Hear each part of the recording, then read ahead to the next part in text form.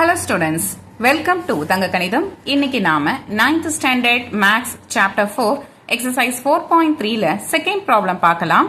question என்ன கொடுத்திருக்காங்கன்னா the chord of length 30 cm is drawn at the distance of 8 cm from the center of the circle. Okay, அதாவது chord of length 30 cm, அதாவது ஒரு chord ஒன்னு இருக்கு, அதோட length 30 cm அப்படின்னு கொடுத்திருக்காங்க. ஓகேவா? சரி, அதுக்கு முன்னாடி கார்ட்னா என்ன அப்படிங்கறத பார்த்துடலாம். அதாவது இந்த மாதிரி ஒரு சர்க்கிள் இருக்குன்னு வச்சுக்கோங்களேன். இந்த சர்க்கிள்ல ஏதாவது ஒரு எண்ட்ல இருந்து ஸ்டார்ட் பண்ணி இன்னொரு எண்ட்ல அந்த சர்க்கிளை டச் பண்ற மாதிரி ஒரு லைன் செக்மெண்ட் டிரா பண்றோம்னு வச்சுக்கோங்களேன். இதுதான் வந்து கார்ட் அப்படின்னு சொல்லுவாங்க. ஓகேவா? அப்ப இந்த கார்டு வந்து இப்படி இருக்கலாம், இல்லனா இப்படி இருக்கலாம், இல்லனா இந்த மாதிரியும் இருக்கலாம், இல்ல இது வந்து சென்டர் வழியா கூட பாஸ் ஆகலாம், இல்ல இந்த மாதிரி இருக்கலாம், இல்ல இந்த மாதிரி கிராஸ்ல கூட இருக்கலாம். ஓகே, சோ அப்போ இந்த மாதிரி சர்க்கிள்ல ஒரு எண்ட்ல இருந்து இன்னொரு எண்டுக்கு நம்மளால ஒரு லைன் செக்மெண்ட் வந்து டிரா பண்ண முடியும்னா அந்த லைன் செக்மெண்ட்டை தான் நாம கார்டு அப்படின்னு சொல்லுவோம். ஓகே, இப்போ நம்மளோட கொஸ்டின்ல கார்டு இருக்கு, அதோட லென்த் 30 சென்டிமீட்டர் அப்படின்னு சொல்றாங்க. ஓகே, சரி, அப்போ இந்த மாதிரி ஒரு சர்க்கிள் ஒன்று எடுத்துக்கிறேன். இதை வந்து சென்டர் பாயிண்ட் அப்படின்னு நம்ம மார்க் பண்ணிக்கலாம். இந்த சர்க்கிள்ல இங்க நான் ஒரு கார்டு ஒன்று டிரா பண்றேன். ஓகேவா? இதுக்கு நேம் வந்து நாம ஏபி அப்படின்னு கொடுத்துடலாம். இந்த சென்டர் பாயிண்ட்டுக்கு நம்ம ஓ அப்படின்னு நேம் கொடுத்துடலாம். ஓகேவா? இந்த கார்டோட லென்த் 30 சென்டிமீட்டர் அப்படின்னு கொஸ்டின்ல கொடுத்துருக்காங்க. ஓகே, நெக்ஸ்ட் இந்த கார்டு எப்படி இருக்குன்னா is drawn at the distance of 8 centimeter from the center of the circle. Okay, circle இருக்குல்ல, அதோட சென்டர்ல இருந்து 8 சென்டிமீட்டர் டிஸ்டன்ஸ்ல இந்த கார்டு இருக்காமா. ஓகே, அப்ப இதான் வந்து சர்க்கிள், இதான் வந்து அதோட சென்டர். இந்த சென்டர்ல இருந்து இந்த கார்டு எவ்வளவு டிஸ்டன்ஸ்ல இருக்கு? 8 சென்டிமீட்டர் டிஸ்டன்ஸ்ல இருக்கு. ஓகே, ஆல்ரெடி உங்களுக்கு ஒரு ப்ராப்பர்ட்டி ஒன்று தெரிஞ்சிருக்கும். அதாவது சென்டர் பாயிண்ட்ல இருந்து கார்டுக்கு ஒரு லைன் நீங்க டிரா பண்ணீங்கன்னா அந்த லைன் வந்து பர்பண்டிகுலர் பைசெக்டாரா இருக்கும். ஓகே, சரி, இதுல பர்பண்டிகுலர்னா என்ன, பைசெக்டார்னா என்ன அப்படிங்கறத முதல்ல பார்த்துடலாம். பர்பண்டிகுலர்னா என்னன்னா அந்த லைனுக்கும் இந்த லைனுக்கும் இன் பிட்வீன் ஆங்கிள் 90 டிகிரி இருக்கும். ஓகே, அதாவது இந்த மாதிரி ஒரு எல் ஷேப்ல கட் பண்ணணும்னு அர்த்தம். அடுத்தது பைசெக்டார். பைசெக்டார்னா என்ன அர்த்தம்?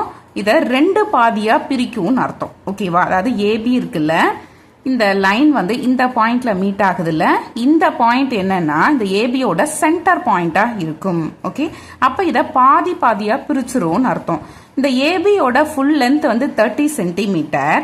அப்ப அதுல பாதி எவ்வளவு இருக்கும்? 30/2 போட்டு பாருங்க, 15 கிடைக்குமா?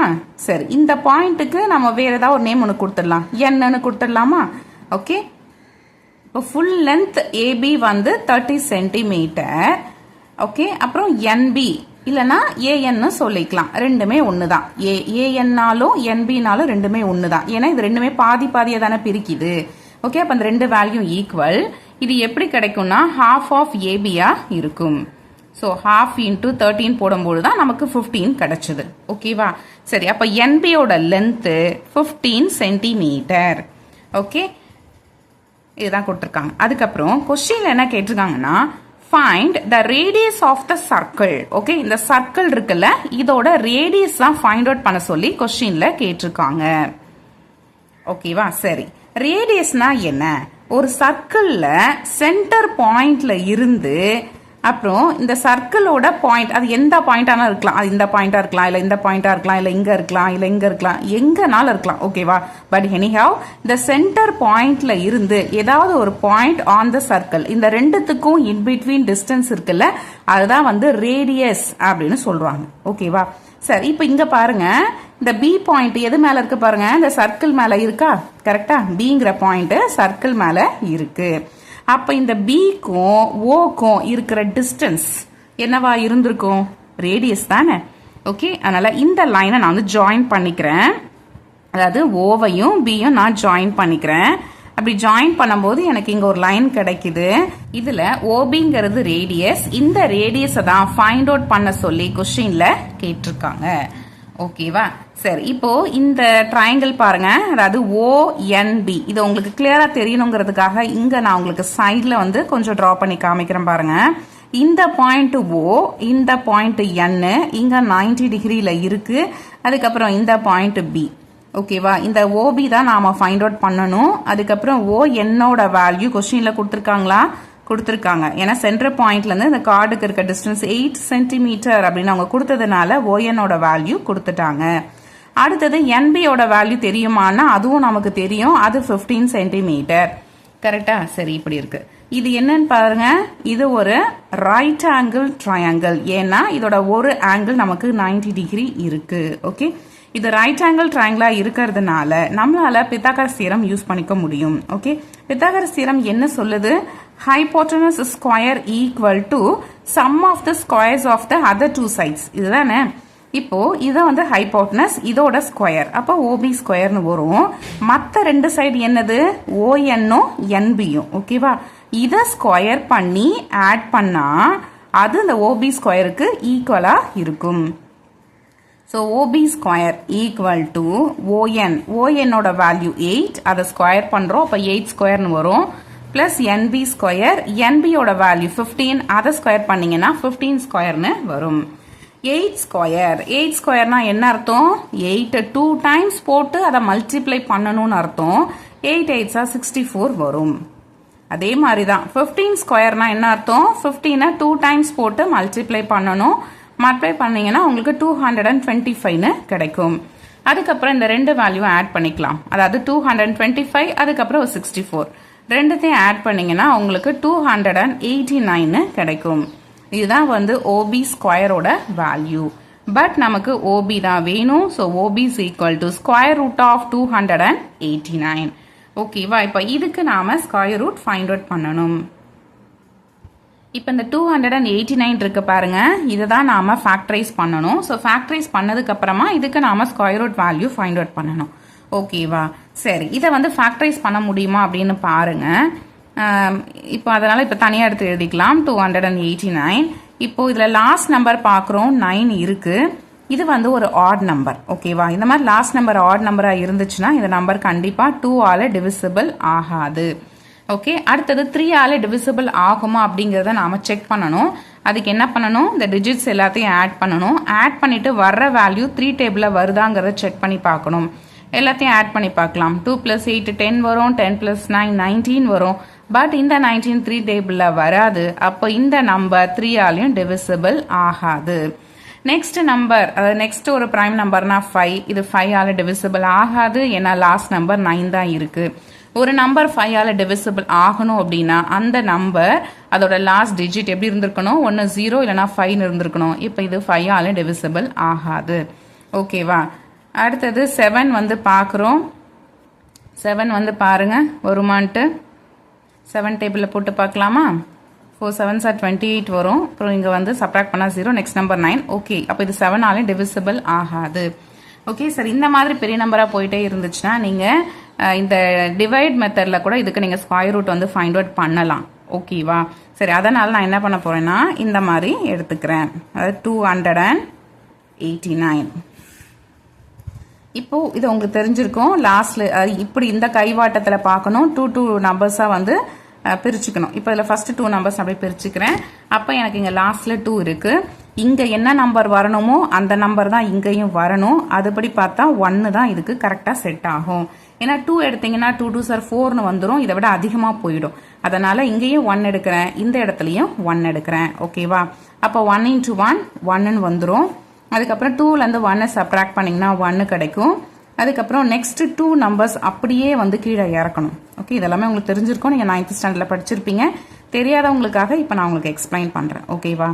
அதுக்கப்புறம் என்ன பண்ணணும்னா மேலே இருக்க நம்பரை 2ஆல மல்டிப்ளை பண்ணி இங்கே எழுதணும். மேலே என்ன நம்பர் இருக்கு? 1 இருக்கா? இதை 2ஆல மல்டிப்ளை பண்ணுங்க. 2 1s are 2. ஓகே, எழுதியாச்சு. நெக்ஸ்ட் இங்கே என்ன நம்பர் வரணுமோ அந்த நம்பர் தான் இங்கேயும் வரணும். அந்த மாதிரி ஒரு நம்பர் நீங்கள் சூஸ் பண்ணுங்க. சூஸ் பண்ணும் பொழுது இந்த 189 வர்ற மாதிரி பாருங்க. ஒருவேளை வரலன்னா அதை விட சின்ன நம்பர் வந்து நம்ம சூஸ் பண்ணிக்கலாம். ஓகேவா? இதுல லாஸ்ட் நம்பர் வந்து 9 இருக்கிறதால நாம் வந்து 7 வந்து எடுத்து பார்க்க.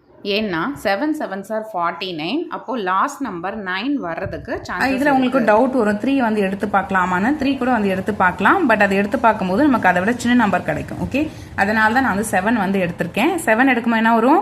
7 7s are 49. அதுக்கப்புறம் ஒரு 4 இருக்கும். 2 7s are 14, 14 plus 4 அது 18 வரும்.